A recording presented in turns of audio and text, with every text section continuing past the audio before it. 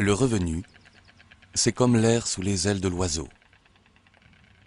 Et ce serait un droit civique s'il y avait un revenu de base. Bienvenue sur Terre. Aujourd'hui, chacun a un revenu, plus ou moins. Sinon, il ne pourrait même pas survivre. Mais sous quelles conditions? Comment chacun obtient-il son revenu? 4 Allemands sur 10 travaillent. Ce travail leur procure un revenu suffisant pour vivre. Presque 3 sur 10, en majorité les enfants et les jeunes, ont un revenu par leur famille. 2 sur 10 vivent de leur retraite ou de leur rente. Et moins d'1 sur 10 de l'assurance chômage ou de l'aide sociale. Tous les revenus sont le résultat de l'activité économique, mais 41% seulement sont le fruit d'un travail rémunéré. Tous les autres sont dits revenus de transfert, des revenus qui ne sont pas directement liés au travail. Alors pourquoi l'idée d'un revenu de base nous semble-t-elle si étrange? Ce qui semble étrange, c'est que le revenu de base est inconditionnel. Mais aujourd'hui, les conditions d'accès aux revenus sont-elles encore adaptées à notre temps? À moins de nous montrer tout à fait naïfs, il faut admettre qu'à l'avenir, le marché du travail ne pourra plus assurer l'intégration sociale de toute la population.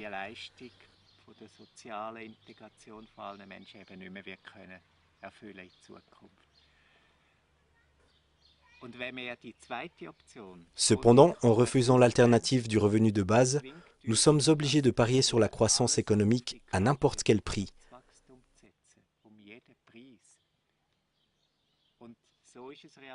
C'est d'ailleurs ce qui se passe dans la politique aujourd'hui. De l'extrême droite à l'extrême gauche, l'ensemble du monde politique en appelle à grands cris à la croissance économique. Ainsi, nous persistons dans une approche quantitative des problèmes et nous perdons toute chance de développer de nouveaux modèles d'organisation sociale d'une qualité supérieure.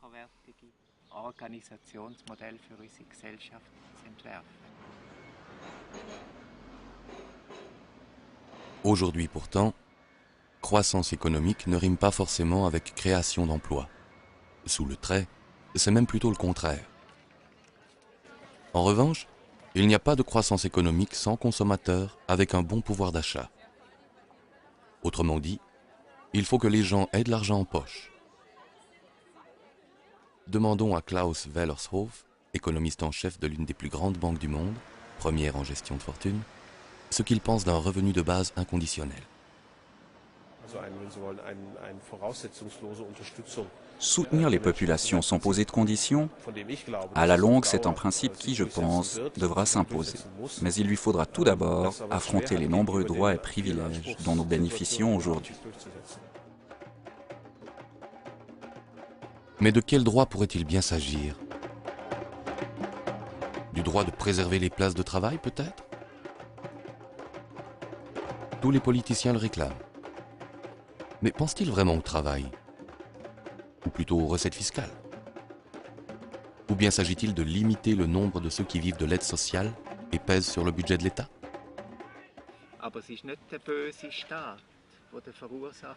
Ce n'est pas la politique de l'État méchant qui est responsable de l'explosion des coûts, c'est la rançon du succès. Le succès en question est celui de la rationalisation. Une rationalisation qui arrive jusqu'à notre porte.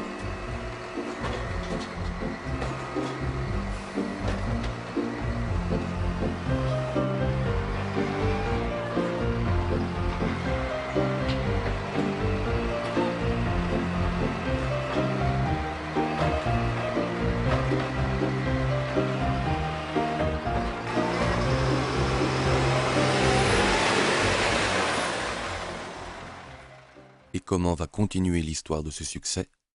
C'est justement le sens de cette question. Elle se pose si on réfléchit aux revenus de base. Il existe différents modèles de revenus de base. Tous ces modèles se rejoignent dans la définition du réseau allemand pour le revenu de base. Elle comprend 4 critères.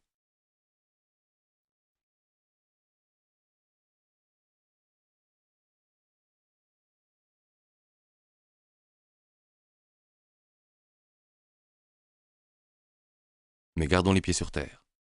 Le revenu de base ne signifie pas davantage d'argent pour chacun. Il ne vient pas d'en haut. Il ne s'ajoute pas. Il se développe à l'intérieur du revenu existant. Le revenu du travail diminue, mais le revenu total ne change pas. Ce qui change, c'est sa composition. Le revenu de base est un autre genre de revenu. Ce n'est pas un salaire minimum. Ce n'est pas le paiement de quelque chose. Ce n'est pas un revenu lié au travail. Chacun touche le revenu de base, quoi qu'il lui arrive.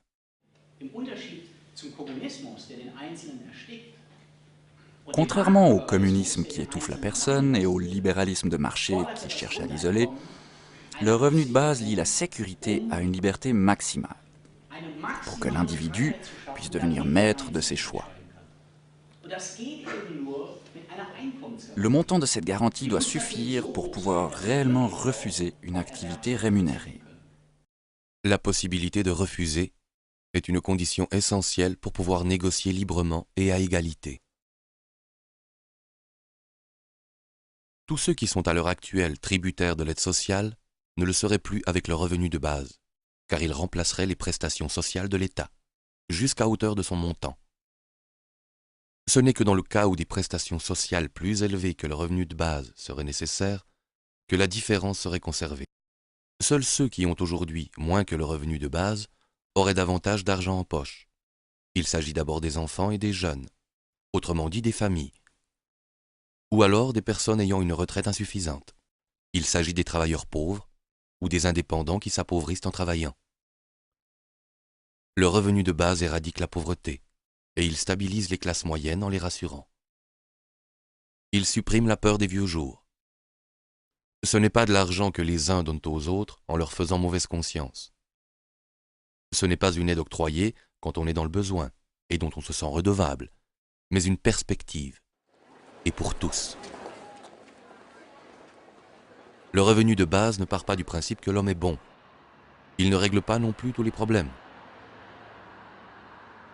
Ce n'est pas une question d'argent, mais il donne à chacun la possibilité de trouver soi-même davantage de solutions.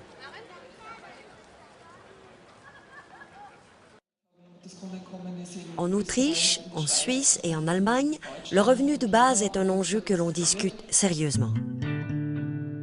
Je crois que cela vient du fait que c'est le moment idéal. Il nous rend la dignité humaine. Et il n'est pas lié au bien-être social de la société. Il aurait un effet sur l'escalade des tensions sociales que nous connaissons aujourd'hui. Nombreux sont ceux qui ont un emploi, mais qui n'en veulent pas vraiment. On dit de cela, ces gens nous prennent nos emplois. Parce qu'en même temps, d'autres sont exclus alors qu'ils veulent travailler. Le jour où ce sera la décision de l'intéressé qui comptera, les choses vont bouger. Le plus intéressant dans ce système, c'est que je ne pourrai plus dire à la fin de ma vie que je n'ai pas pu faire ce que je voulais.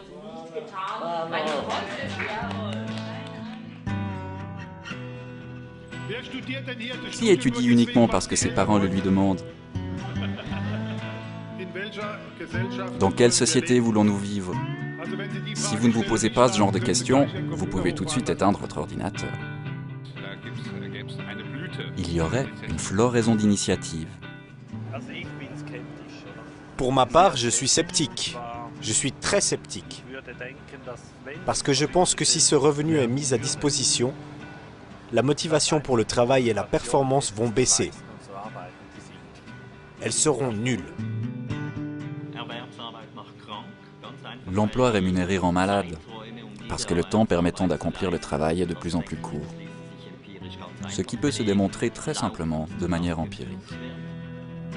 Au fond, le revenu de base pose les fondements d'une société plus libre. C'est le plus important. Il nous libère de la dépendance salariale et crée plus d'autonomie. La question va se poser tôt ou tard. Comment est-ce qu'on finance tout ça? Parce que l'argent doit bien venir de quelque part. Je peux effectuer les calculs économiques nécessaires et je vous dis, ça marche. Le grand défi du revenu de base, c'est que chacun doit réapprendre à vivre. C'est ça l'essentiel. Et là, nous en sommes tout au début. Pas pour le financement. Le financement est acquis. La difficulté, c'est la liberté.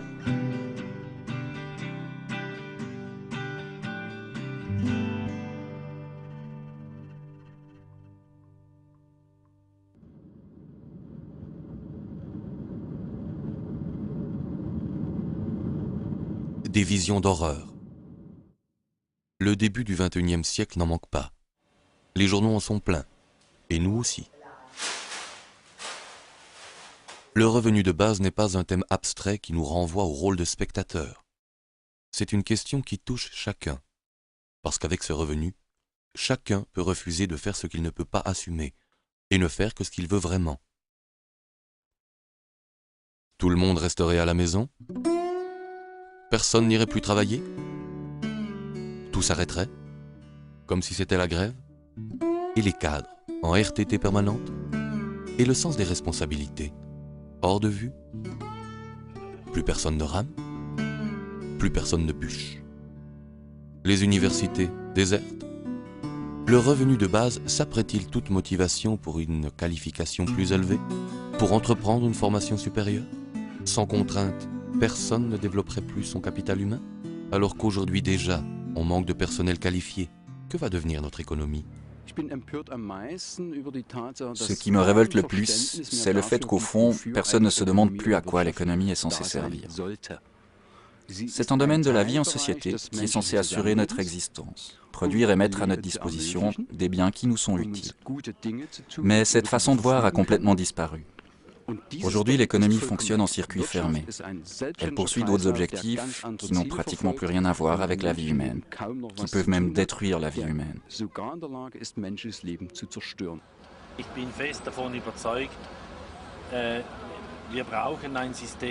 Malgré tout, j'en suis convaincu. Nous avons besoin d'un système qui récompense la performance, qui rémunère le travail bien fait. Mais avec un système fondé sur le principe de l'arrosoir où tout le monde recevrait la même paye ou salaire de base, au final, c'est toute la société du travail qui imploserait.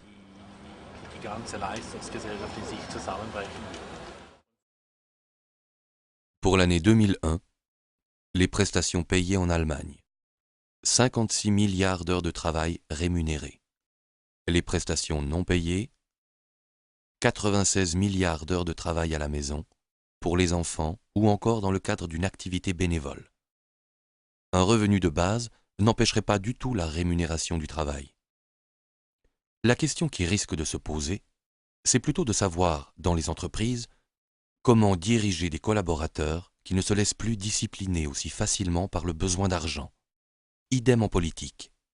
Comment gouverner des citoyens rendus plus indépendants grâce à leur revenu de base? Et comment est-ce qu'on se gouverne soi-même? Est-ce que vraiment tout le monde serait en train de bronzer? Avec une montagne d'ordures dans les rues? Les parcs, laissés au bon soin des retraités? Le revenu de base est-il suffisant pour corrompre la société du travail? Pour saper l'esprit d'indépendance? Le plaisir de la réussite? Est-ce que ce n'est pas l'ennui si tout le monde a déjà un revenu? C'est bon pour les 68 arts et autres hippies qui prétendent que l'homme est bon par nature?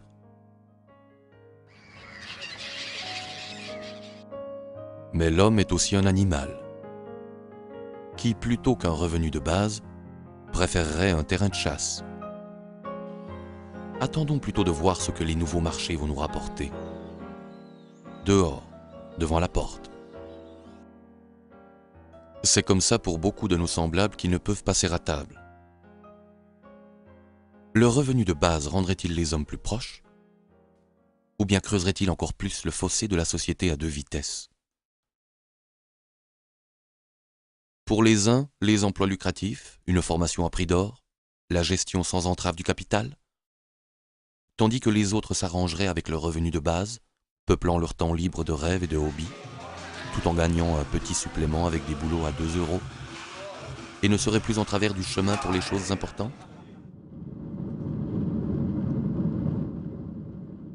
On peut aussi dénaturer le principe du revenu de base. Par exemple, en fixant un montant tout juste insuffisant pour vivre, tout en éliminant l'ensemble des prestations sociales. Dans ce cas, tout le monde est obligé de travailler, sans convocation personnelle, et à des salaires comme en Chine, sans que le fait d'avoir un revenu de base ne permette de les refuser. Enfin, et si on complique les paiements à l'infini, en instituant des régimes particuliers, des calculs de compensation et des conditions à vérifier.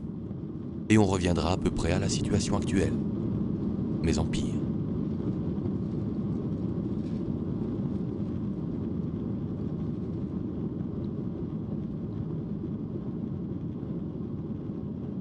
Qui ne veut pas travailler ne doit pas manger, a dit l'apôtre Paul en pensant à ceux qui n'apportaient rien à la communauté. S'ils sentent leur délivrance si proche qu'ils peuvent arrêter de travailler, disait-il, alors ils peuvent aussi arrêter de manger. Cet homme avait au moins le sens de l'humour. D'autres en manquent cruellement. Dans cette maison de redressement, on suspend les pensionnaires dans un panier au-dessus de la table et ils ne reçoivent rien parce qu'ils n'ont pas assez travaillé. Privation de nourriture. Toutes les règles deviennent abominables lorsque le bon sens les a quittées. Dans les débats sur le revenu de base, il s'agit tout d'abord de rompre avec les vieux schémas de pensée. Avec cette idéologie, par exemple, seul celui qui a ou qui cherche un emploi a le droit de manger. Il faut en finir avec cette idée fausse selon laquelle seul le travail rémunéré constitue une contribution méritoire à la société. En réalité, c'est souvent exactement l'inverse. Qui ne veut pas travailler ne doit pas manger. Cette maxime, nous l'avons intériorisée. L'artiste Joseph Beuys en a écrit une nouvelle version. Car nous avons assez à manger, et des biens en suffisance. La question qui se pose, c'est celle du travail. Le travail pour obtenir les matières premières et le travail de production sont en train de disparaître. Dieu merci. Le sens de l'économie, c'est de libérer l'homme du travail. Ce n'est pas écrit dans le journal. Se libérer. Mais pour aller où? Ce n'est pas écrit non plus dans les directives des chefs d'entreprise. Licencier des collaborateurs n'est facile pour personne. Mais c'est pourtant comme ça que ça se passe. Mais si on reconnaissait cet état de fait en le considérant même comme un devoir, un autre sens apparaîtrait. Se libérer du travail veut dire aussi se libérer pour le travail. Penser qu'au-delà de la grille, il n'y aurait que vacances et loisirs, c'est le point de vue de la dépendance. Il ne reste alors qu'un espoir, de nouvelles places de travail. De quelle nature sont donc les places de travail dans lesquelles on investit aujourd'hui? Tous les investissements dans de nouveaux postes de travail sont en même temps des mesures de rationalisation. On y développe des méthodes pour économiser des emplois. Jamais un patron ne vous dira « Comment puis-je faire pour créer plus de travail ?» La tâche de l'économie, c'est de satisfaire des besoins. Efficacement, comme chacun le fait aussi. Elle n'a donc pas pour tâche de créer du travail. Et en face de cette réalité, on observe que chaque être humain porte en lui ses propres objectifs et son travail, et qu'il les abandonne parce qu'il ne peut les convertir en argent. Le problème de société que nous avons aujourd'hui, c'est que beaucoup de gens qui ont une place de travail n'ont en réalité qu'une place de revenu. N'avoir qu'une place de revenu veut dire avoir un travail uniquement pour épuiser son revenu.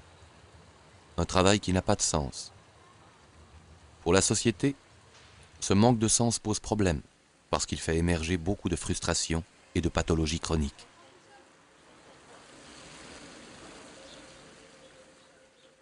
En Allemagne, 12% des salariés se sentent tout à fait à leur place. Cela fait un peu plus d'1 sur 10.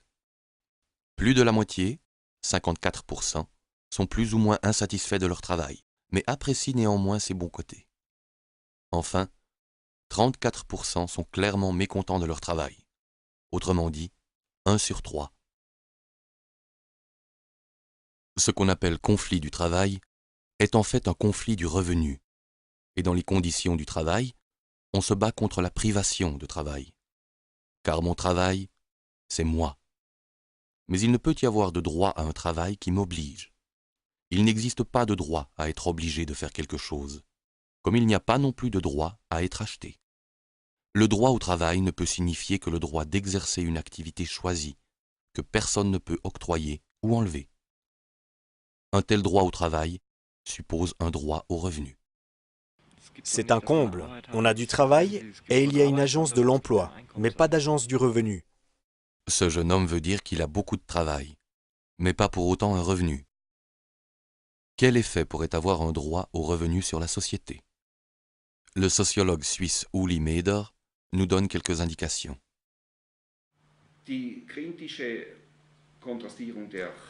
Face à l'orientation unilatérale et bornée de la société sur le travail rémunéré, il faut mettre l'accent sur la question du sens. Qu'est-ce qui importe vraiment dans la vie? Le revenu de base fournirait un appui fort aux gens.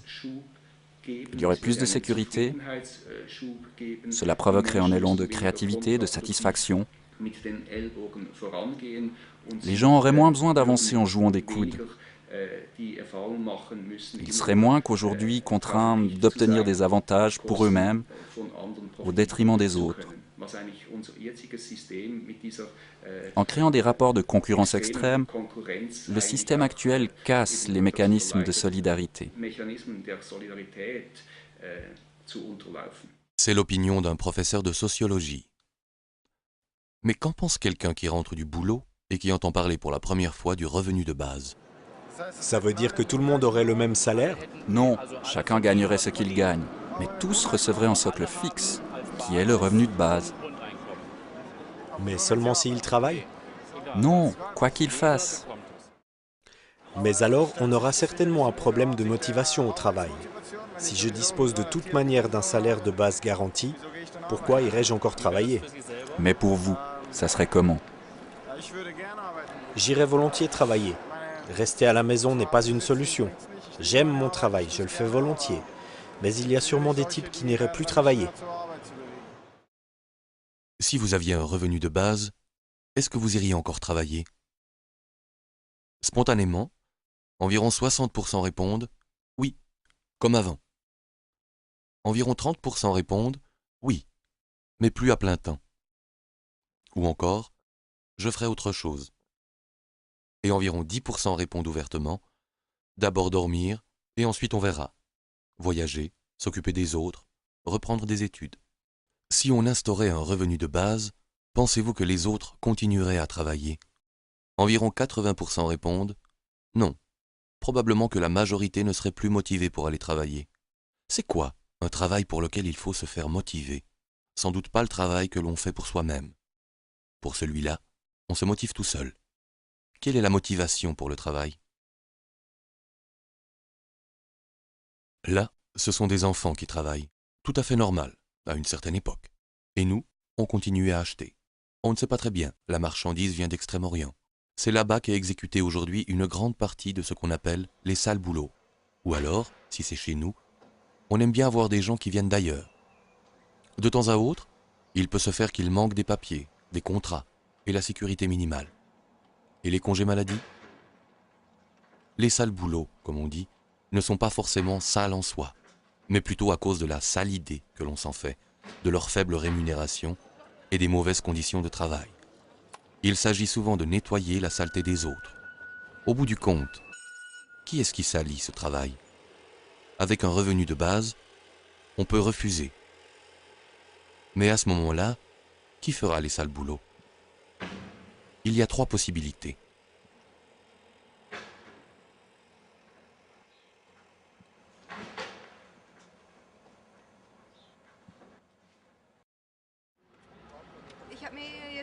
Je m'imagine une caissière de supermarché. Elle ne prend certainement pas plaisir à son travail. Si elle avait un revenu de base, est-ce qu'elle irait encore travailler? Posons la question à cette caissière. Oui, personnellement, je n'arrêterai pas de travailler. Parce que je ne peux pas imaginer que je reste à la maison sans rien faire, même si j'ai ce truc de base de 1000 €. 1000 €, c'est un chiffre comme ça. Ça pourrait être plus, ou moins.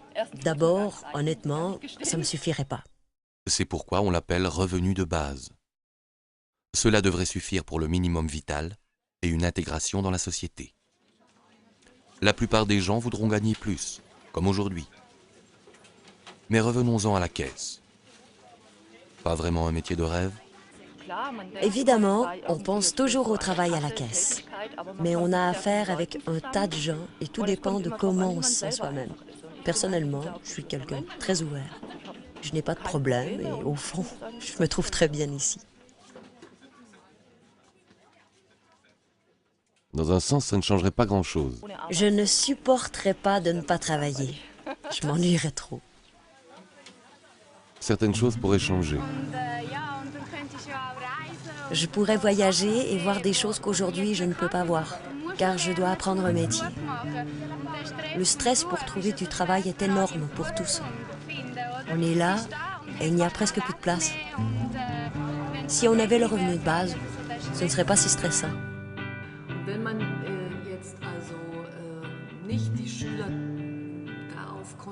Et si on ne conditionnait pas les élèves pour qu'ils trouvent à tout prix la place qui leur convient dans la vie professionnelle?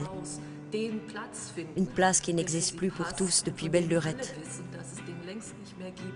Je veux dire, cette situation mensongère dans laquelle nous nous trouvons aujourd'hui.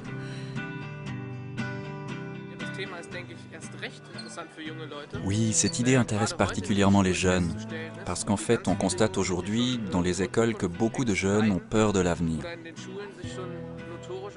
C'est en fait notoire qu'ils se préparent pour un métier et qu'ils choisissent le moindre mal, de peur de se retrouver sans rien plus tard. Dans le revenu de base, je vois une possibilité et une chance de pouvoir entreprendre ce que l'on veut vraiment et de le faire bien. En même temps, j'y vois une crise de sens. Cela donne du temps et de l'espace pour réfléchir. Et quelle serait l'influence du revenu de base sur le travail lui-même? On répartirait le travail sur un plus grand nombre de personnes et comme ça, il redeviendrait satisfaisant. Qui parlait de crise de sens? Oui, je crois que nous vivons en grande partie dans une grande illusion. Nous vivons aux dépens de la nature, aux dépens des générations futures, aux dépens de nos partenaires.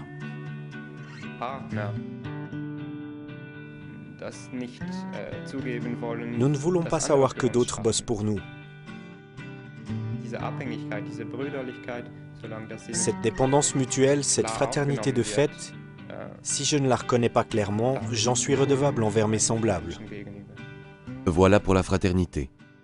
Qu'en est-il de l'égalité dans une démocratie?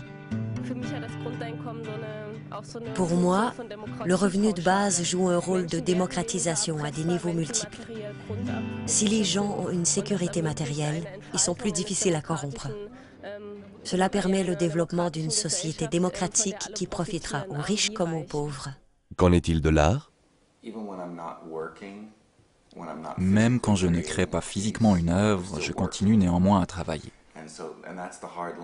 C'est là la grande difficulté pour un artiste. Pour créer une nouvelle œuvre, vous n'êtes pas payé pour le temps que vous mettez à vous inspirer de la vie. Il y a le temps réel passé au studio à faire une pièce, mais comment tu te finances pour être en situation d'inspiration? La vie, c'est une forme d'art. Et pour une future maman? Ce serait génial. Je pourrais m'investir comme je le désire dans l'éducation de mon enfant, sans avoir mauvaise conscience.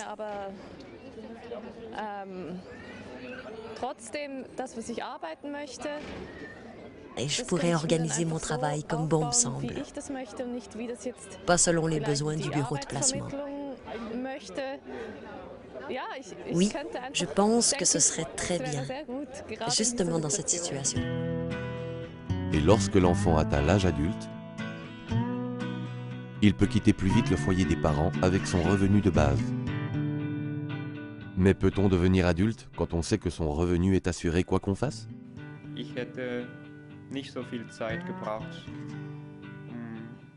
Je n'aurais pas eu besoin d'autant de temps pour faire ma rébellion.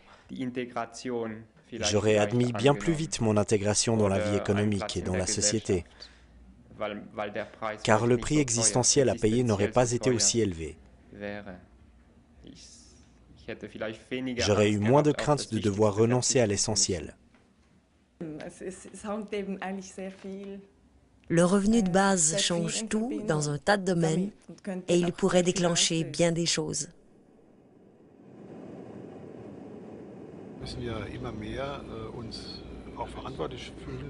Nous devons de plus en plus nous sentir responsables de tout ce qui se passe sur notre planète.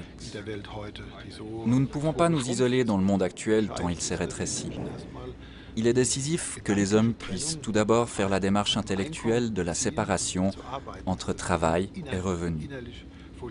Réaliser intérieurement cette séparation, se dire « j'ai un revenu pour pouvoir travailler » et non pas « je travaille pour avoir un revenu ».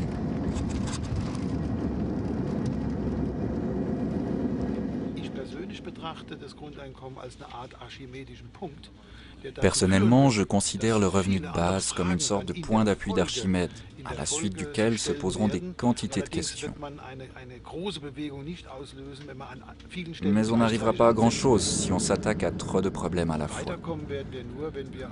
On ne progressera que si on table sur la force de l'individu. Tout en dépendra.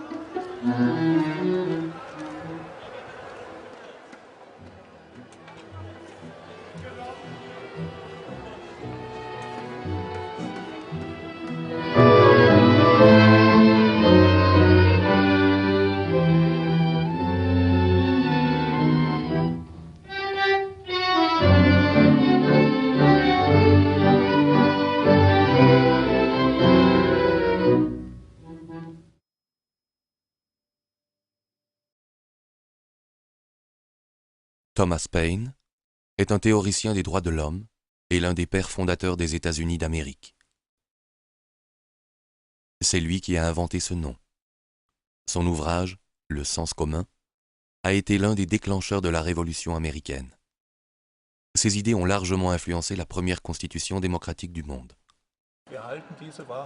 En vérité, nous considérons que tous les êtres humains ont été créés égaux, qu'ils ont tous été dotés de certains droits inaliénables comme la vie, l'amour, la liberté et l'aspiration au bonheur. Rights of Man, les droits de l'homme. Monstrueux à l'époque, mais aujourd'hui encore. Les mêmes droits pour tous parce que nous sommes tous des êtres humains? Complètement idiot.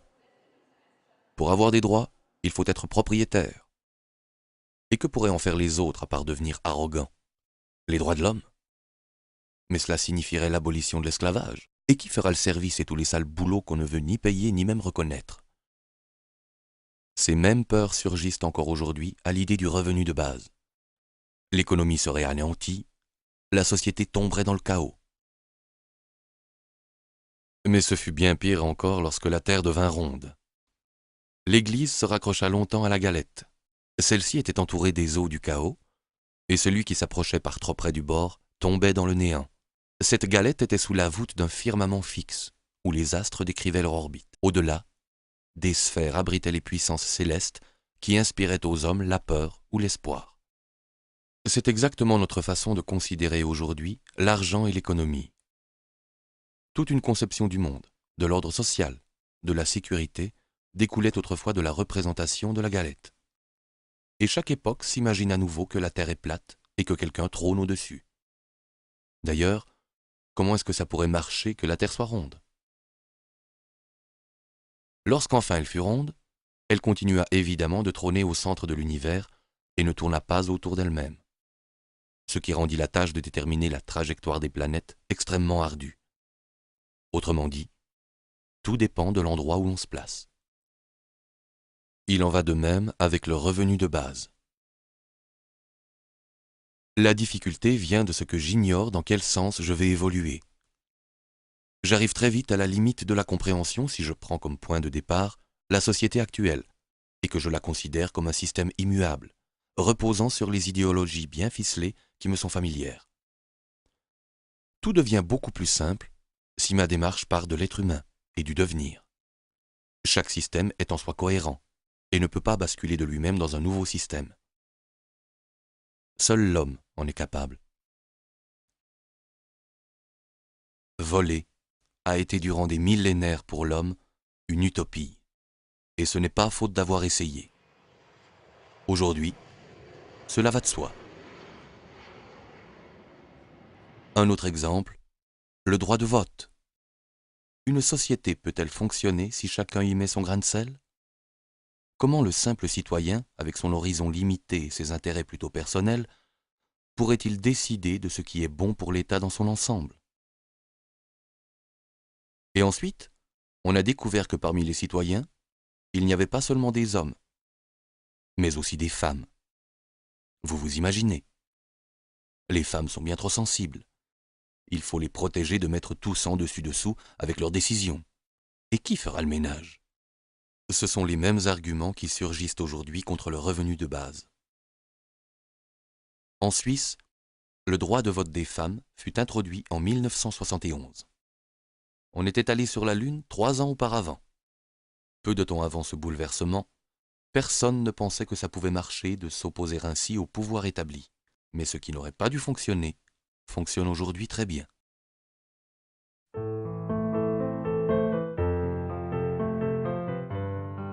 Le citoyen n'est plus dirigé par l'État. Désormais, c'est le contraire. Chaque individu est politiquement souverain et il donne un mandat à l'État lors d'élections libres et de votations populaires.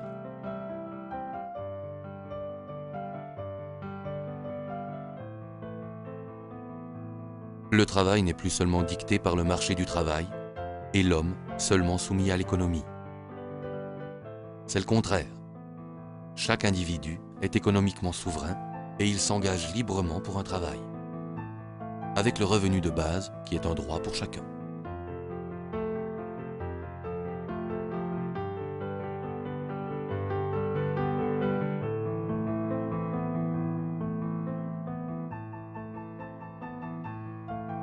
Thomas More était Lord chancelier du roi d'Angleterre Henri VIII. En 1535, on lui coupa la tête parce qu'il refusait de prêter main forte au règne de l'injustice. En 1935, l'Église catholique le canonisa. En l'an 2000, le pape Jean-Paul II le déclara patron protecteur de tous les gouvernants et de tous les politiciens. Thomas More est l'auteur de Utopia, le compte-rendu d'un voyage imaginaire sur une île de meilleure gouvernance. D'autres hommes de lettres s'en inspirèrent. Depuis la parution de ce livre, on parle d'utopie, ou topos, veut dire le non-lieu, le lieu que l'on n'a pas encore trouvé ici et maintenant sur Terre, à part dans mon imagination. L'idée d'un revenu de base se trouve déjà dans les utopies sociales de la Renaissance. L'utopie est le lieu à partir duquel on peut dire où l'on se situe soi-même. Chaque époque réalise ce que la précédente n'a fait que penser. Les Lumières. Je dis tout haut ce que je vois, ce que je pense pour être la vérité, et je rends mon savoir accessible à tous. Chaque époque a ses nouvelles lumières. De quoi s'agit-il?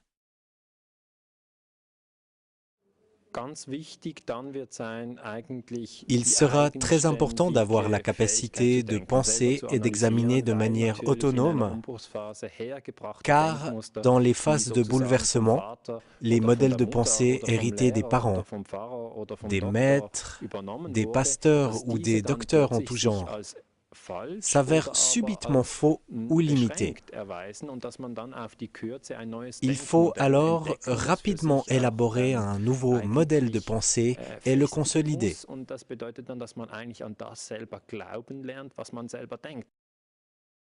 Lorsque l'on veut gravir le Cervin, il faut penser à se lever tôt le matin, car il faut être au sommet à midi pour ne pas redescendre dans la nuit et le froid.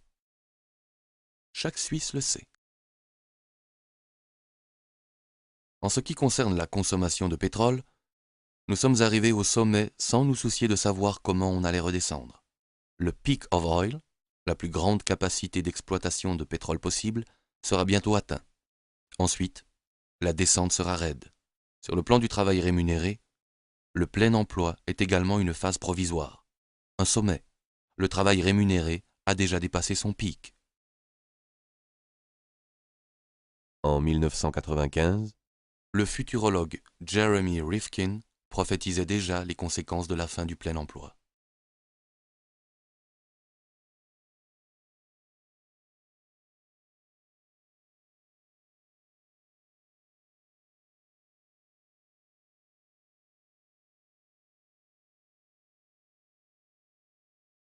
Les pronostics de Rifkin sont controversés, mais ils ne sont pas sans fondement.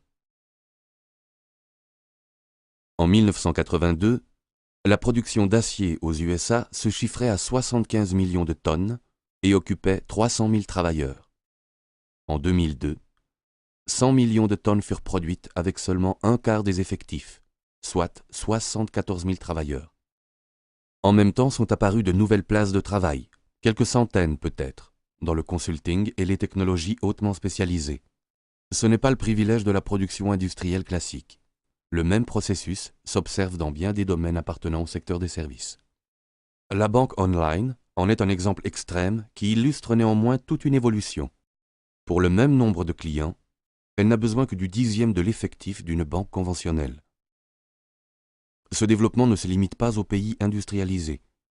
Il se manifeste dans le monde entier. Partout, les effectifs diminuent, alors que la productivité augmente. Là où le travail ne devient pas culture du travail, tout devient monoculture. Ce qui vit est la limite de la rationalisation.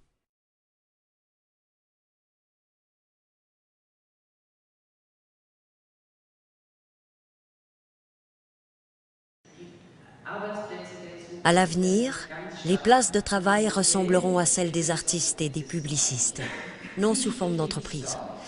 Alternativement, beaucoup, puis peu d'argent.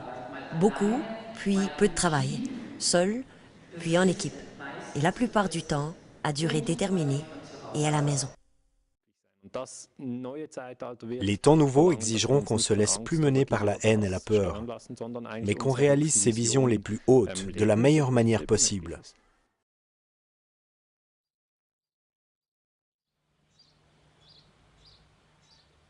Il y a 100 ans, quelqu'un qui travaillait dans l'agriculture produisait assez pour 3 autres personnes.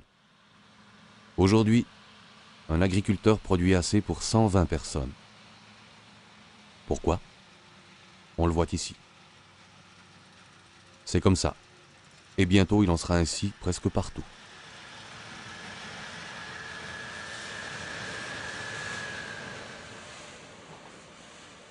Aujourd'hui, un seul ouvrier fait tourner 100 fois plus qu'il y a 100 ans. C'était le but des générations qui nous ont précédés. Quel est le but aujourd'hui? Que tout continue dans le même sens et que la marche en avant soit un retour en arrière pour toujours plus d'humains? Un retour à la peur de nos ancêtres pour la survie, comme si nous n'avions pas besoin de nouvelles idées? Aujourd'hui, l'innovation technique semble aller de soi. Il en va cependant tout autrement de l'innovation sociale. Faut-il pour cela que la barque fasse naufrage?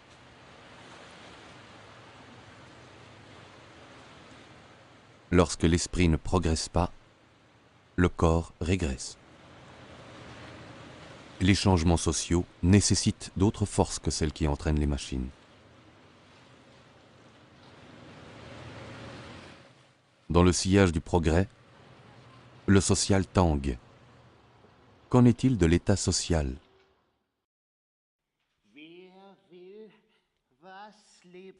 Pour reconnaître et décrire quelque chose de vivant, il faut d'abord en extraire l'esprit. On a alors les morceaux en main. Hélas, il manque encore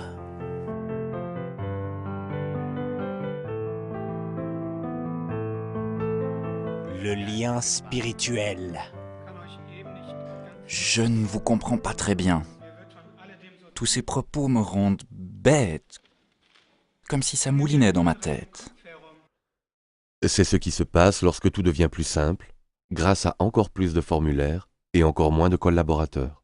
Si le contrôle et la méfiance étaient les moteurs qui font avancer une société, alors l'Allemagne de l'Ouest aurait absorbé l'Allemagne de l'Est. Que se passe-t-il avec la justice? Et pourquoi chaque doigt de ma main a-t-il une longueur différente? Une performance a-t-elle vraiment besoin d'une contre-performance?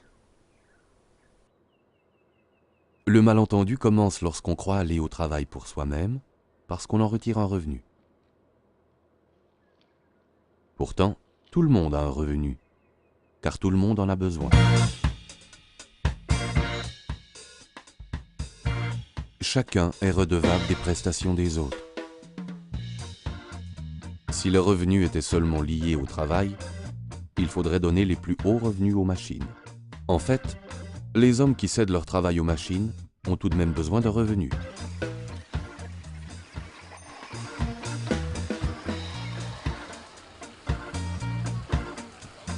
Bien entendu, le revenu de base ne supprime pas le travail rémunéré. Il ne lui enlève que son monopole et il donne plus de marge de manœuvre pour les choses sérieuses. Et le sens ne se trouve pas seulement dans la fonction.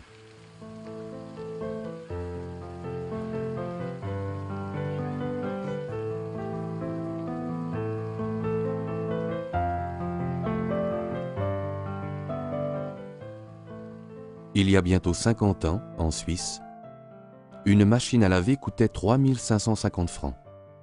C'était beaucoup d'argent. 50 ans après, la même machine coûte 3 195 francs.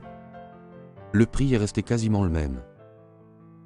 Mais un franc valait alors 3 fois plus que maintenant. C'est-à-dire que la machine coûte aujourd'hui le tiers de ce qu'elle coûtait il y a 50 ans.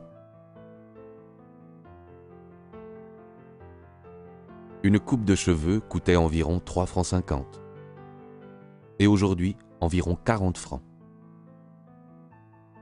Autrement dit, là où on a pu optimiser les méthodes et utiliser la technologie, là où le travail humain a diminué, les coûts ont baissé. Par contre, là où ce n'était pas possible, par exemple chez le coiffeur, les coûts ont augmenté. Le travail humain coûte cher. Parce que les hommes ont besoin d'un revenu et qu'ils paient un impôt sur ce revenu.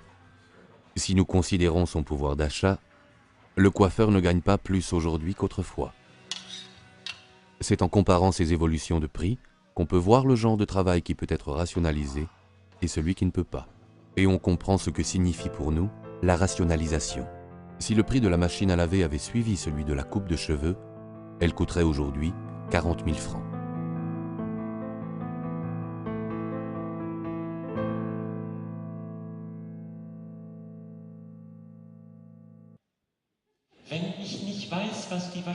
Si je ne connais pas toutes les charges dont la machine à laver m'a libéré, à part qu'elle lave mon linge, je ne peux pas savoir non plus si le revenu de base a le caractère d'une impulsion culturelle.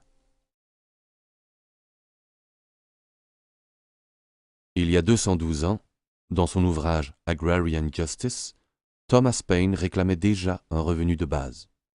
Il argumentait ainsi: « Tous les hommes naissent égaux et la terre nourrit tout le monde. Lorsqu'un être humain vient au monde, il a droit à un morceau de terre pour se nourrir.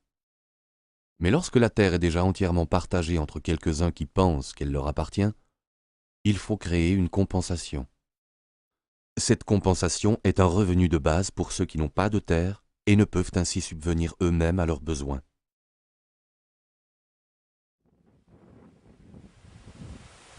Mais depuis, le vent a tourné. Même celui qui possède la terre ne peut plus subvenir à ses propres besoins. Cela va mieux pour tout le monde si je ne dois pas construire moi-même mon tracteur et si mon champ ne sert pas seulement à mes propres besoins. Car le fruit de mon travail est toujours pour les autres. L'autosuffisance signifie que je fais pousser mes propres légumes et que je vis de ce que je peux produire. Ce qui, dans nos pays, ressemble à une production vivrière, n'en est pas une à proprement parler, mais plutôt un terrain d'expérience. Notre vie dépend de ce que les autres produisent. Tout mon travail est accompli pour les autres et tout ce dont j'ai besoin a été produit par d'autres.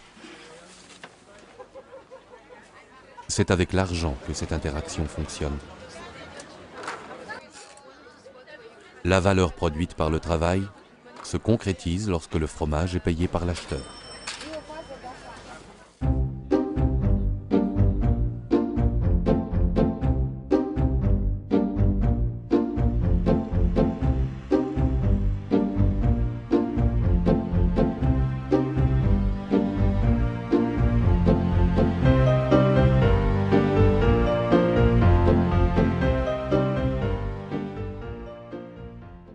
Je crois que ce que je fais est pour moi parce que je suis payé pour le faire.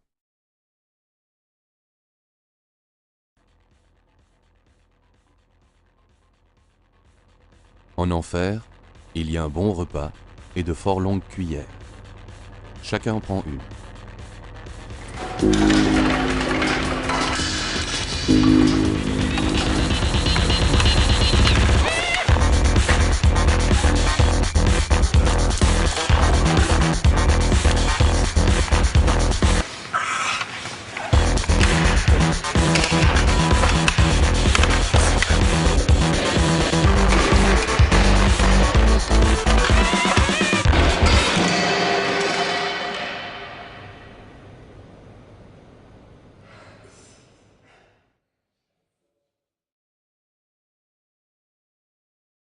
Au ciel, tout est exactement pareil. Il y a un bon repas et des cuillères. Chacun en prend une.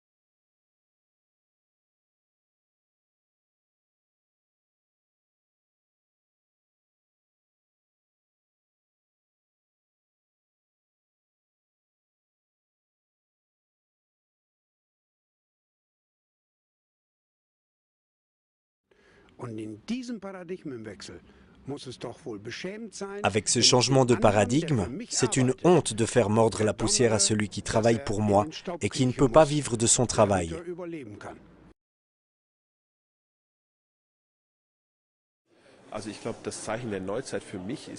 Pour moi, le signe des temps nouveaux, c'est l'individualisation absolue de la société.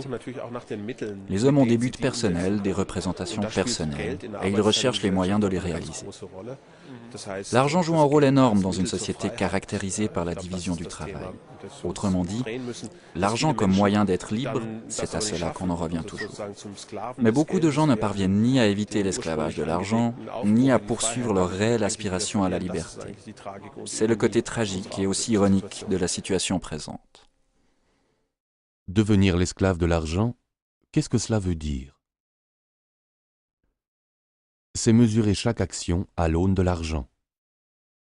Comme si l'argent était la valeur en soi et qu'il fallait toujours en avoir plus. Prendre toujours plus de pouvoir sur l'argent des autres et sur leur espace vital. Les esclaves de l'argent réduisent les autres en esclavage par la valeur qu'ils donnent à l'argent. Avec le revenu de base inconditionnel, une partie de la totalité de l'argent servirait, par décision démocratique, à donner à chacun les moyens de sa liberté. L'homme serait roi et l'argent à son service. Est-ce que cela créerait aussi de meilleures conditions pour la situation globale? Absolument. Cela créerait la possibilité de faire ce qui est nécessaire dans le monde. Les gérants de fortune nous disent que le grand problème, c'est qu'il y a des masses d'argent, trop d'argent. En même temps, il y a presque partout des surcapacités de production. Et nous avons un chômage qui ne fait que croître, alors qu'il y a partout des travaux non exécutés. Il y a donc beaucoup de choses que l'on peut et doit changer d'urgence, si l'on ne veut pas sombrer dans une catastrophe globale.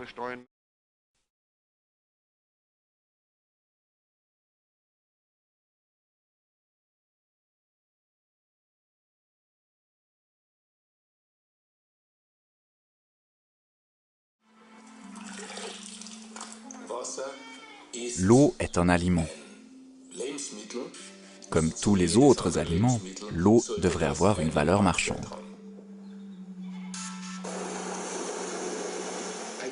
Un enfant qui meurt de faim aujourd'hui est un enfant assassiné.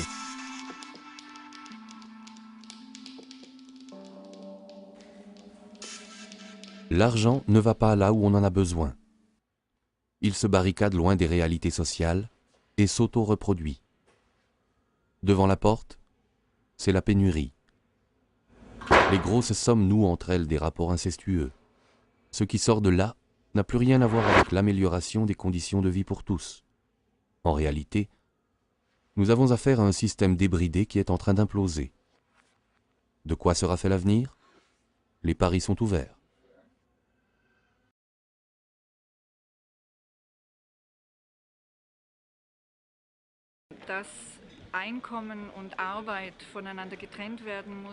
La réalité nous montre toujours plus clairement que le revenu doit être séparé du travail. À mon avis, le revenu de base apporterait aussi une solution pour les chômeurs, car il y a une quantité incroyable de travail, mais il n'y a pas d'argent pour le payer. Le revenu de base serait une façon d'introduire l'argent là où il répond à un besoin de libérer les hommes, pour qu'ils puissent faire ce pourquoi ils sont doués. Découpler travail et revenu. Le revenu de base le fait jusqu'à hauteur de son montant. Comment organiser cela dans une société? Le cercle représente la création de valeur dans une économie nationale. Plus celle-ci est productive, plus le cercle grandit. Par création de valeur, on entend la somme de tous les biens et services produits et vendus dans le pays pendant une année. Cette création de valeur se compose d'une partie publique et d'une partie privée. La moitié environ de la valeur créée va à l'État par le canal des impôts et autres prélèvements obligatoires. De cette manière, nous payons nos écoles, notre police, nos prestations sociales, ainsi que tous les services assurés par l'État. Ce sont des prestations qui ne sont pas à la charge de l'individu, mais que nous voulons financer en commun. Des prestations qui font l'objet d'un mandat démocratique.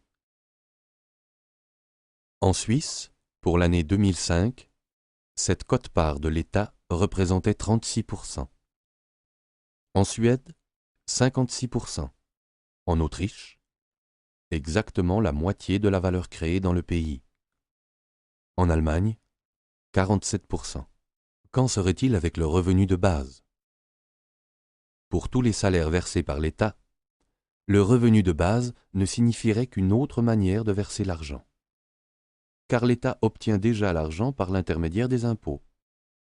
Aujourd'hui aussi, c'est avec l'argent des impôts que l'État paie ses employés, les fonctionnaires et les ayants droit des prestations de transfert. Pour tous ces revenus, le paiement d'un revenu de base ne demanderait qu'un changement dans la comptabilité. Pour les revenus privés, l'argent pour le revenu de base n'est pas encore dans les caisses de l'État. Il faut d'abord qu'il arrive à l'État par voie fiscale, avant d'être distribué sous forme du revenu de base. La quote-part de l'État augmente alors sensiblement. Cela signifie-t-il encore plus d'État? Non, cela signifie moins d'État, moins d'inquisition, moins de mise sous tutelle, moins d'administration. L'État ne joue qu'un rôle d'intermédiaire, de fiduciaire et de garant du droit au revenu de base. Mais les impôts vont augmenter. De quel impôt pourrait-il s'agir? A priori, il semble plus simple de prendre l'argent chez ceux qui gagnent le plus. C'était déjà l'idée de Milton Friedman, économiste. Financer une sorte de revenu de base par l'impôt sur le revenu. Les ménages nécessiteux auraient reçu un impôt négatif sur le revenu. Après avoir été développé dans les années 60 et presque introduit aux États-Unis, son modèle domina les débats sur le financement d'un revenu de base jusque dans les années 90. Pour Milton Friedman, l'État social devait être svelte et libéral. 50 ans plus tard, on ferait donc reposer le revenu de base sur un avoir qui ne va qu'en diminuant, celui du travail rémunéré. C'est ce qui arrive aujourd'hui à l'État social. Toujours plus de chômeurs et toujours moins de masse salariale à imposer. L'augmentation de l'impôt sur le revenu augmente les charges sur le travail rémunéré. Le chat se mord la queue. Le non-sens de l'impôt sur le revenu, c'est qu'il frappe le travail et sape ainsi sa propre base.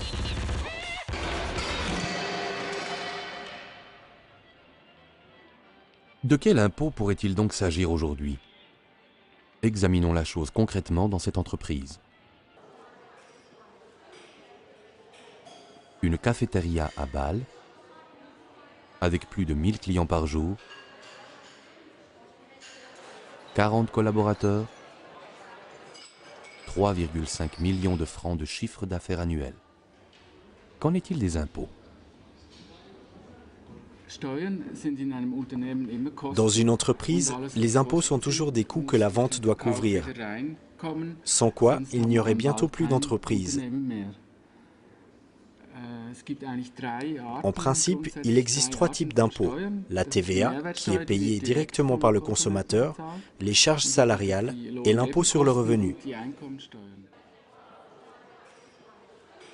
La TVA figure sur chaque quittance. Elle est visible. Elle ne représente pas de frais pour l'entreprise et n'apparaît pas dans son bilan. Qu'en est-il des charges salariales?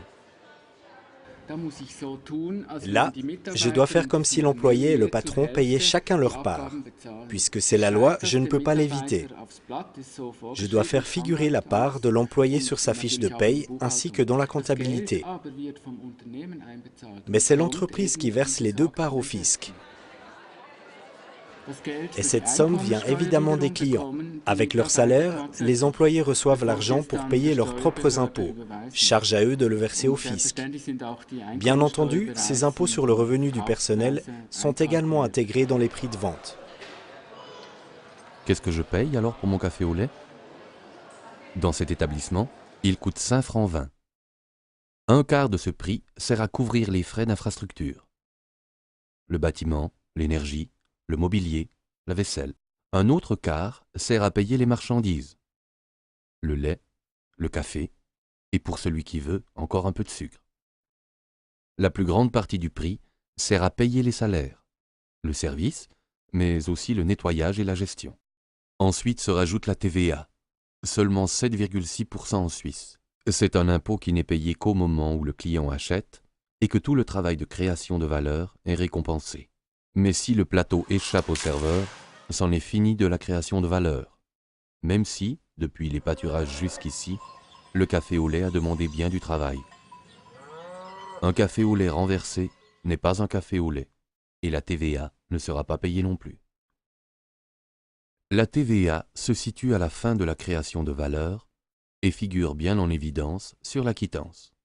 Mais il y a aussi des impôts invisibles, inclus dans le prix, qui ont été prélevés durant le processus de création de valeur. Dans les salaires, ce sont les impôts sur le revenu, les charges salariales et les charges sociales. Dans le coût des marchandises, il y a également des impôts, car il y a là aussi des salaires, notamment ceux qui ont été payés par les producteurs de lait, de sucre, de café et qui ont été intégrés dans les prix. Il en va de même pour les frais d'infrastructure. C'est toujours le consommateur qui paye, car c'est avec l'argent qu'il dépense que tout le reste devra être payé, y compris l'impôt. Je m'explique. Si tous les impôts étaient réunis en une somme invisible, comme la TVA, prélevée à la fin de la création de valeur, alors le fisc ne grignoterait pas la valeur des pommes vertes, mais attendrait qu'elles soient mûres. Chacun pourrait alors voir à hauteur de combien il contribue aux finances et à la bonne marche de l'État. La démocratie se réaliserait à la caisse. À la caisse, tous les citoyens sont égaux.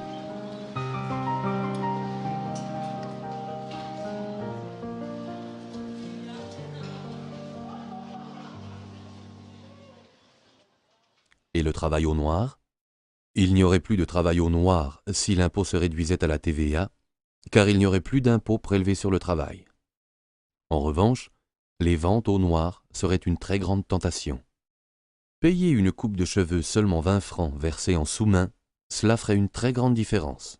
Là où la vente se fait sans quittance, on pourrait échapper à la TVA.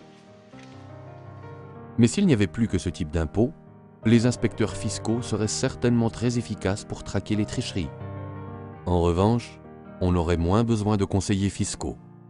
Une grande partie du travail bureaucratique diminuerait, tant dans les administrations publiques que privées. Dans un monde sans frontières, l'État n'a une chance de percevoir des impôts de manière durable que s'il trouve un type d'impôt qui ne peut pas lui échapper. Cet impôt qui ne peut pas lui échapper, c'est la taxe sur la valeur ajoutée. Elle est payée là où le consommateur dépense son argent. C'est pourquoi on peut aussi l'appeler impôt sur la consommation. Cet impôt n'est pas payé par celui qui apporte le café au lait, mais par celui qui le consomme. L'impôt sur le revenu, en revanche, fait comme si mon revenu était le produit de mon travail, parce que c'est ce que je ramène à la maison. Il est le revenu de l'économie de subsistance, mais il pose problème dans une économie de marché. Plus de retraités, plus de chômeurs. Aucun problème pour les finances publiques avec l'impôt sur la consommation. Car on consomme toujours et on produit en suffisance. Or, c'est là qu'apparaît le prochain problème posé par l'impôt sur le revenu, car il n'y a pas d'impôt sur le travail de la machine. Si deux produits de même prix demandent plus ou moins de travail humain, l'impôt sur le revenu n'est pas le même. Dans un cas, il y a beaucoup d'impôts à payer, et dans l'autre, il y en a peu. Dans un cas, il y a beaucoup d'impôts à payer, et dans l'autre, il y en a peu. Comme les machines ne touchent pas de salaire, leur travail est largement exempté d'impôts. Comme s'il s'agissait de travail au noir. À gauche, c'est l'exemple du coiffeur. À droite, celui de la machine à laver. Comme les impôts sont prélevés sur le travail humain, il y en a beaucoup dans le premier cas et peu dans le second. Par contre, si l'on considère la création de valeur de chaque produit sans les impôts et que l'on impose chaque produit au même taux de TVA jusqu'à obtenir le même montant total d'impôts, en vert, que le montant total d'avant, en rouge, le premier produit coûtera moins qu'avant et l'autre davantage. Le travail humain et le travail de la machine seraient imposés de la même manière, car l'impôt ne serait perçu que sur le résultat de la création de valeur. La machine ne déchargerait plus seulement l'être humain de son travail, mais également d'une partie de l'impôt. Enfin, si le prix de la coupe de cheveux ne diminuait pas, les recettes fiscales augmenteraient considérablement. L'impôt sur la consommation serait prélevé sur toutes les importations destinées à la vente. La production du pays serait imposée de la même manière. Cet impôt frappe tout ce qui est vendu dans le pays, car il profite à ceux qui vivent dans le pays. Inversement, l'impôt sur la consommation n'est pas un bien d'exportation. Le produit qui franchit la frontière n'emporte pas sa charge fiscale avec lui. Chaque État reste souverain en ce qui concerne l'ampleur et le financement de son budget. L'impôt sur la consommation est le seul impôt équitable à l'heure de la globalisation. C'est un impôt équitable pour un commerce équitable. C'est ici que fut inventé l'impôt sur la vente. Voici la terrasse de Brühl, sur les berges de l'Elbe, à Dresde. Le comte Heinrich von Brühl a eu l'idée d'un prélèvement sur chaque vente dans le pays. 2 siècles plus tard, on introduisit en République fédérale d'Allemagne une taxe semblable, mais calculée autrement, la taxe sur la valeur ajoutée. Elle donne plus d'espace à la division du travail et reste neutre quant à la concurrence. En Allemagne, avec un taux de 19%, elle fournit la plus grande part des recettes fiscales.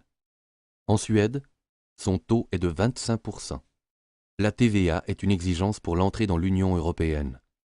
C'est l'impôt de l'avenir, c'est l'impôt de l'économie de marché. Le docteur Hardorp est une personnalité qui œuvra à l'introduction de la TVA en Allemagne. Il l'appelle impôt sur les dépenses ou impôt sur la consommation et pense que ce devrait être le seul et unique impôt.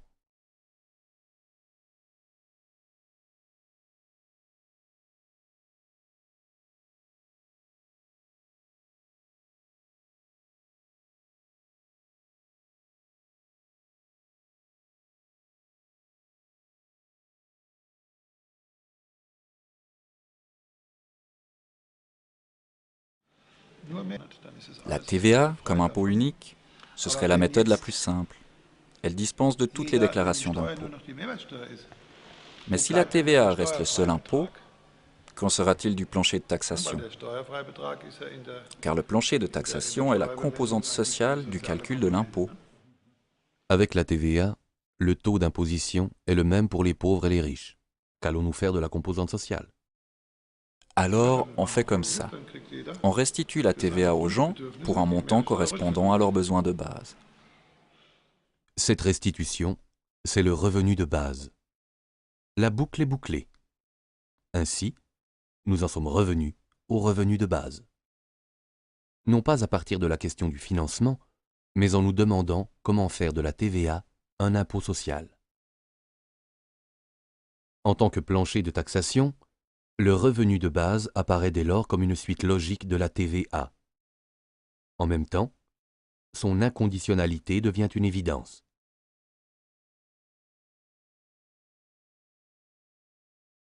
Faisons un rapide calcul. Admettons que le revenu de base soit fixé à 1 000 €, une somme due à chacun au titre de plancher de taxation et versée indépendamment des revenus.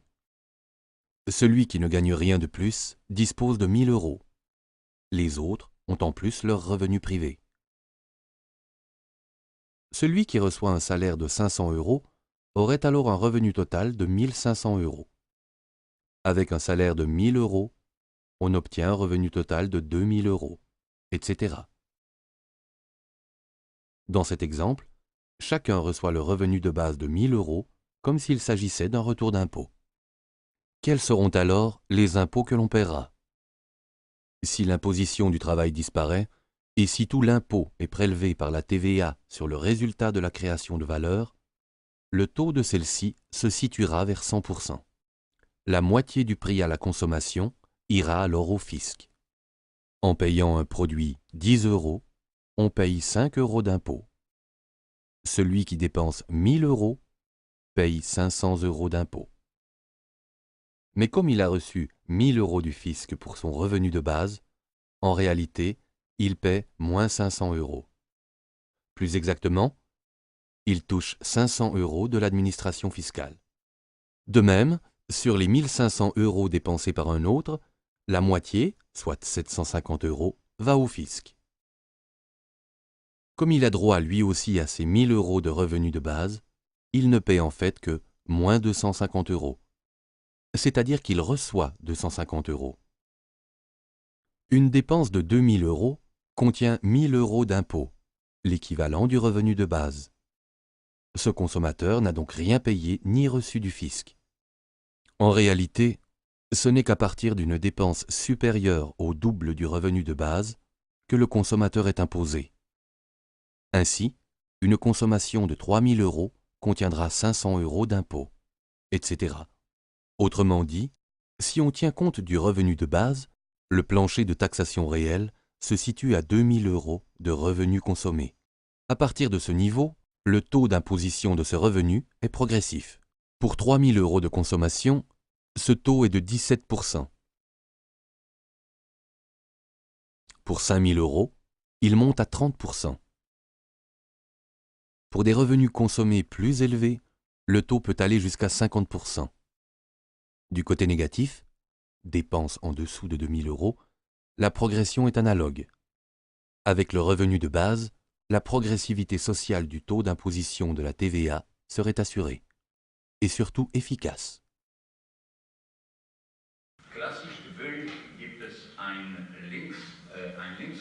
Un reproche classique de la gauche contre la TVA, c'est qu'elle est régressive. Comme il s'agit d'un impôt sur la consommation et non pas d'un impôt sur le revenu, les catégories modestes de la population contribuent proportionnellement davantage que les catégories aisées. Mais le fonctionnement actuel de l'impôt sur le revenu n'est plus du tout progressif. Les contribuables aisés ont toutes les possibilités de s'arranger avec le fisc ou de le contourner.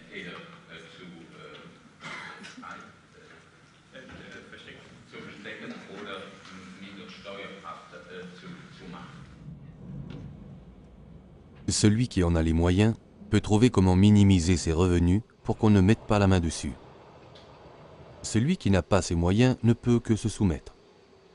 En définitive, l'impôt sur le revenu est intégré dans les prix avec la progression, sans pour autant qu'un quelconque revenu de base ne permette de créer une compensation sociale. L'impôt sur le revenu n'est plus que de la poudre aux yeux. Autrement dit, il nous dispense d'y regarder de plus près. Voilà comment se présente l'impôt perçu en une fois sur le prix du produit fini. Et comment il se présente quand il est perçu tout au long de la fabrication du produit. Les frais de salaire représentent alors la moitié du prix. À droite, ils ne comptent plus que pour un quart. À gauche, les salaires exercent une grande pression sur les coûts, parce qu'ils en représentent une grande partie. On licencie plus vite. On intensifie le travail jusqu'aux limites du supportable, et il n'y a pas de marge pour essayer autre chose. À droite, il y a moins de stress, plus de marge de manœuvre pour s'adapter aux fluctuations, voire engager un collaborateur de plus. C'est ainsi que la TVA exerce ses effets sur le travail. Le revenu de base va dans la même direction. Une partie du revenu de base est déjà couverte par l'impôt existant. L'autre partie, comme nous l'avons vu, fait certes augmenter l'impôt, mais revient à chacun à travers le revenu de base, y compris à ceux qui travaillent en amont, dans la production de biens intermédiaires ou dans des travaux d'infrastructure. L'impôt ne frappe que le produit fini, lorsque celui-ci est entre les mains du consommateur. Voici donc la composition du prix du café au lait lorsqu'il est servi au consommateur. Le tiers inférieur, les salaires, les marchandises et les infrastructures. Le tiers médian, le revenu de base, et le tiers supérieur, les autres prestations des administrations publiques. Du reste, tous les prix sont des revenus. Le tiers inférieur représente les revenus de ceux qui sont directement engagés dans la création de valeur. Le tiers supérieur représente les revenus des personnes qui travaillent à l'établissement des conditions cadres ou exercent des fonctions publiques.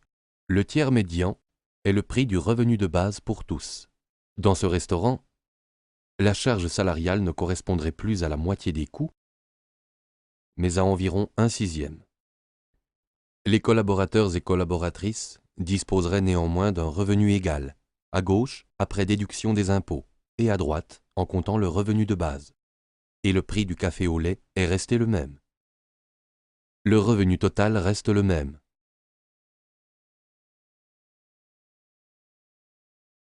Car le revenu de base remplace une partie du revenu du travail. Voilà le principe. En pratique, le revenu de base crée une nouvelle force dans la négociation du salaire. Si le travail ne me procure qu'un peu de pouvoir d'achat supplémentaire, peut-être que je préférerais rester à la maison, m'occuper des enfants, qui d'ailleurs ont aussi un revenu de base, ou bien je me laisserai séduire par mon hamac, pas au bureau, mais chez moi. Enfin, n'importe quoi. Avec le revenu de base, celui qui démissionne en son fort intérieur peut aussi l'affirmer haut et fort. Il peut alors développer quelque chose de personnel, seul ou avec d'autres. Plutôt être convaincu par des projets que par un revenu. Car tout le monde va au travail en ayant déjà un revenu. On peut dès lors entreprendre quelque chose de nouveau. On peut demander à d'autres s'ils veulent participer, car ils ont également un revenu de base. Mais peut-être que je ne désire rien d'autre que de continuer mon travail. Le revenu de base introduit alors l'égalité dans la négociation du salaire. Il donne plus de poids à ma propre conception du travail et permet une réelle collaboration. Et peut-être qu'il faudra que l'employeur me paie un peu plus. Il s'ensuivra pas mal de changements dans la culture d'entreprise. Quel est le montant des revenus du travail? Cela fera l'objet d'une nouvelle négociation. Cette négociation présente de nombreuses facettes. Si dans une famille, seul l'un des partenaires ramène un salaire, les enfants ne rapportant que des allocations, alors l'autre partenaire a un revenu par son conjoint, et les enfants aussi. Le revenu de base, à hauteur de son montant, casse la relation entre revenu et appartenance à l'entreprise ou à la famille. Ainsi, la démocratie parvient dans sa totalité jusqu'à l'individu. Le revenu de base est un facteur d'émancipation. Plus d'égalité dans la famille et plus de chances sur le marché du travail. Willy et Hans sont des collègues dans la même entreprise. Ils ont le même travail et le même salaire. Nous sommes en Suisse et avec 10 000 francs, on peut vivre bien. Encore cela dépend-il du nombre de personnes qui doivent en vivre. Hans a une famille, une femme et 2 enfants. En admettant qu'en Suisse, le revenu de base se monte à 2 500 francs et que les enfants en touchent la moitié, la famille toucherait le revenu de base de Hans, de sa femme et des enfants, soit un total de 7 500 francs. Auparavant, Hans devait gagner 10 000 francs, et maintenant il peut aller travailler pour un salaire de 2 500 francs. Le revenu de la famille reste le même. Willy vit seul. Ah oui, il a un chien, mais les chiens ne touchent pas de revenu de base. Avec son revenu de base, il a le même revenu total s'il travaille encore pour 7 500 francs. Conclusion, maintenant, Hans est clairement avantagé sur le marché du travail. Car ayant une famille, il a un revenu de base important et bénéficie ainsi d'un pouvoir de négociation plus fort, sans que sa famille n'ait à en faire les frais. Comment va se passer la négociation des salaires? Il est illusoire de croire que des rémunérations complètement différentes puissent être versées pour un même travail. Il ne sera pas possible que le montant du salaire s'oriente exclusivement vers celui de Willy ou vers celui de Hans. Quelque chose de nouveau va en résulter. Le niveau de salaire se situera quelque part entre les deux, c'est-à-dire vers 5 000 francs. Même entreprise, même travail, même salaire. 5 000 francs pour Willy comme pour Hans. Mais Hans, avec sa famille, reçoit alors davantage qu'aujourd'hui, et Willy, malgré tout, un peu moins.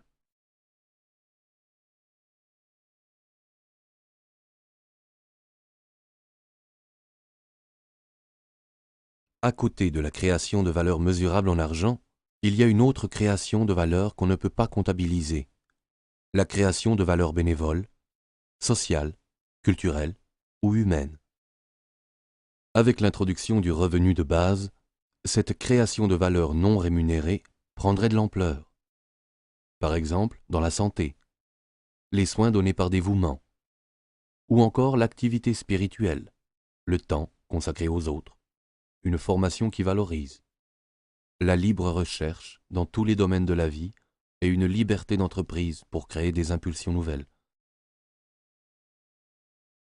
Des activités qui ne se laissent ni rationaliser, ni rémunérer. Le revenu de base nous laisserait du temps pour nous poser la question du sens de la vie. L'activité consacrée à créer de la valeur marchande irait-elle pour autant en diminuant? C'est possible, si l'on ne travaille que 2 jours par semaine pour se consacrer le reste du temps à une grand-mère qui d'ailleurs touche aussi un revenu de base.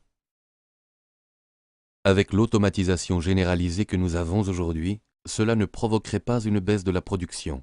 Sur la base d'une société plus saine, plus sereine, plus sûre d'elle et plus imaginative, bien des choses trouveraient une nouvelle valeur. Des projets qui restent aujourd'hui dans les cartons deviendraient alors réalité. La dynamique économique en sortirait renforcée, ainsi que la création de valeurs mesurables en argent.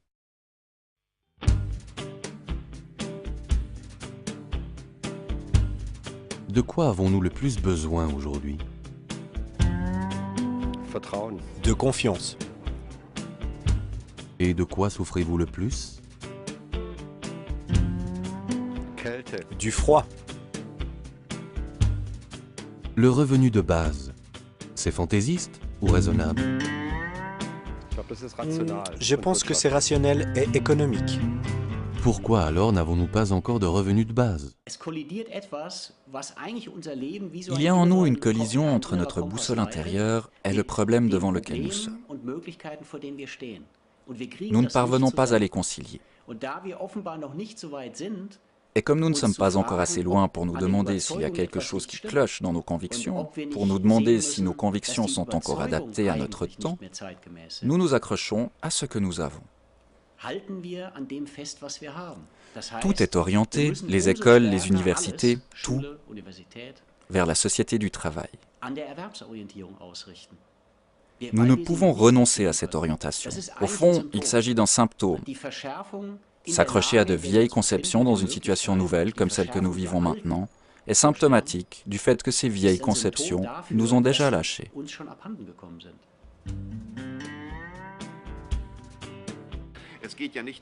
Il ne s'agit pas de continuer à faire fonctionner le système actuel, mais d'envisager des alternatives, des systèmes concrets, visibles.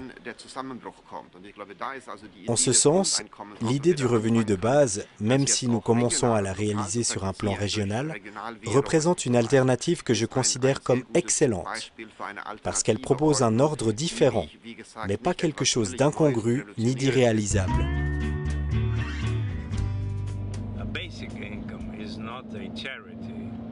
Un revenu de base n'est pas une aumône, ce n'est pas une assistance. Comme vous le dites, c'est un droit civil. C'est le droit de chaque personne à profiter du bien-être de la nation. C'est le mérite du sénateur Suplicy d'avoir obtenu que le droit au revenu de base soit introduit dans la loi brésilienne, comme perspective pour l'avenir. Dans quel pays peut-on envisager réellement l'introduction d'un revenu de base? Je pense que c'est possible partout, même en Égypte, mais il faut l'aborder chaque fois autrement. On ne peut pas comparer le revenu de base égyptien avec les modèles que l'on peut développer en Europe, mais je crois qu'il est important malgré tout de l'adapter aux conditions régnant en Égypte. Quel serait l'effet d'un revenu de base sur les Égyptiens? Il aurait un effet libérateur, car les gens sont à lutter pour leur survie. Ils sortiraient de cette misère existentielle et envisageraient l'avenir tout différemment. Pour le moment, c'est de la survie pure.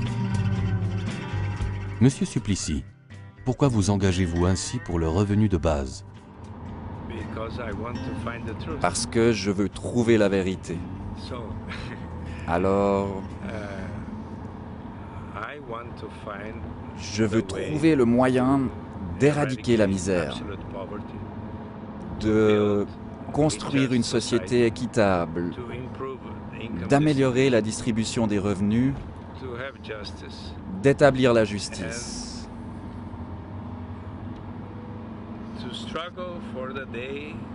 Je veux lutter jusqu'au jour où les hommes pourront tous se mettre à la table de la fraternité, comme l'a dit Martin Luther King dans son discours.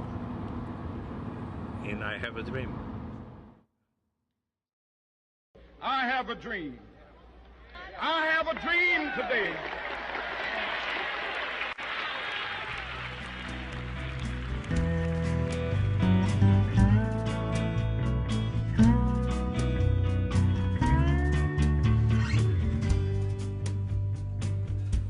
On pourrait commencer avec un revenu de base pour les enfants.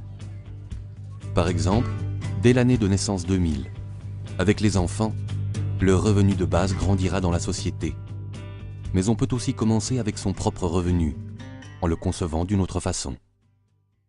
Ihr rechnet Lors de l'estimation du revenu de base, nous ne calculons pas la prestation fournie. Mais par ce revenu, nous rendons possible la contribution de chacun à la société. Le travail que vous ou que d'autres exécutent n'a pas de prix, mais votre revenu le rend possible. On pourrait commencer par introduire le revenu de base dans une région. Par exemple, en Midi-Pyrénées.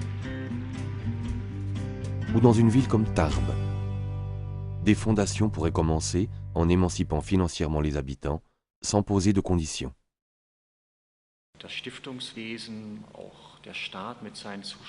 Les fondations, de même que l'État et ses subventions, sont là pour financer une vie culturelle autonome et des œuvres sociales. Mais l'individu, entrepreneur social ou culturel, n'est guère au centre des préoccupations.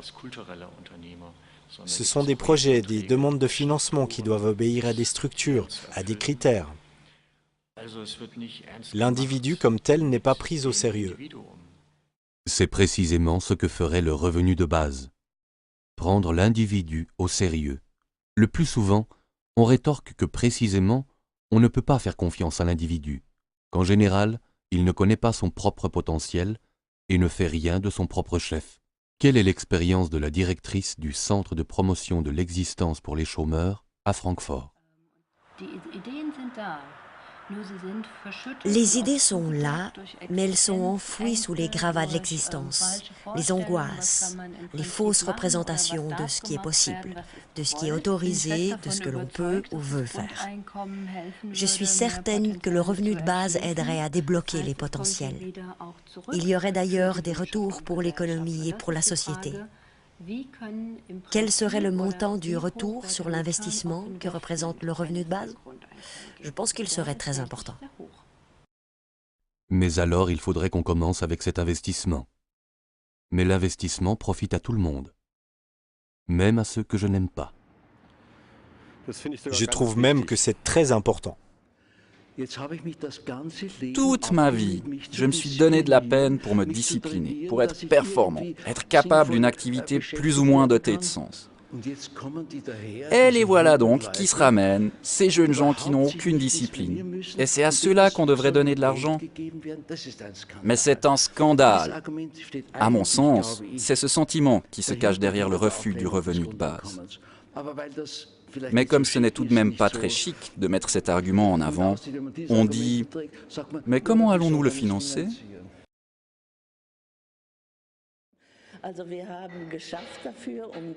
Nous avons travaillé pour la mécanisation, pour décharger l'être humain du travail pénible, et maintenant, on se plaint qu'il n'y ait plus assez de place de travail. Et personne ne dit, mais non d'une pipe, c'est justement pour ça que nous avons trimé dur pendant 100 ans, pour ne plus travailler autant. Aucun parti politique ne le dit, et cela me met en rage. L'argument décisif est en fait une vengeance personnelle. Il ne faut pas que ce soit mieux pour les autres que ça ne l'a été pour moi. Et cet esprit de vengeance est torpillé par le revenu de base. Mais alors, si je peux me débarrasser de cet état d'esprit, je ne fais pas seulement quelque chose pour le revenu de base, mais aussi pour ma propre santé et pour mes facultés d'être social.